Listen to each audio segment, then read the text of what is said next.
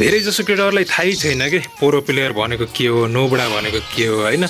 जुन मान्छे कस्टममा गएर वान ट्याप हान्छ त्यो प्रो प्लेयर, जसले चाहिँ बडी सर्ट हान्छ त्यो चाहिँ नोबडा रे, बट रे।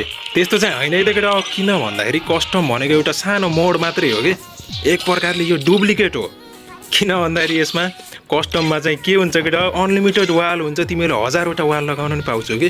त्यही भएर कसैको पनि कस्टमको गेम प्ले देखेर त्यसलाई प्रो प्लेयर नोबडा भनेर जज गर्न चाहिँ मिल्दैन है केटा। किन भन्दाखेरि फ्री फायरमा मेन भनेको फुल म्याप हो। अनि फुल म्यापमा त केटा तिमीहरूलाई थाहा छ, गेरिनाले एउटा दुईटा मात्रै वाल दिन्छ कि। अनि त्यसैमाथि एनिमीले वुकङ स्काइलर बोकेर आइदिन्छ होइन।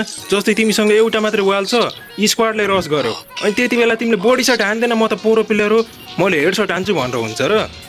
वाइड 4 भए पनि भुटेरै मार्छ नि हौ त्यस्तो अवस्थामा त। त्यही भएर केटा होइन, मलाई चाहिँ के लाग्छ भन्दाखेरि प्रो प्लेयर भनेको जुन मान्छेले दिमाग लगाएर खेल्छ, अरूको इज्जत गर्छ, त्यो चाहिँ प्रो प्लेयर हो। तिमीलाई के लाग्छ कमेन्ट गर है त।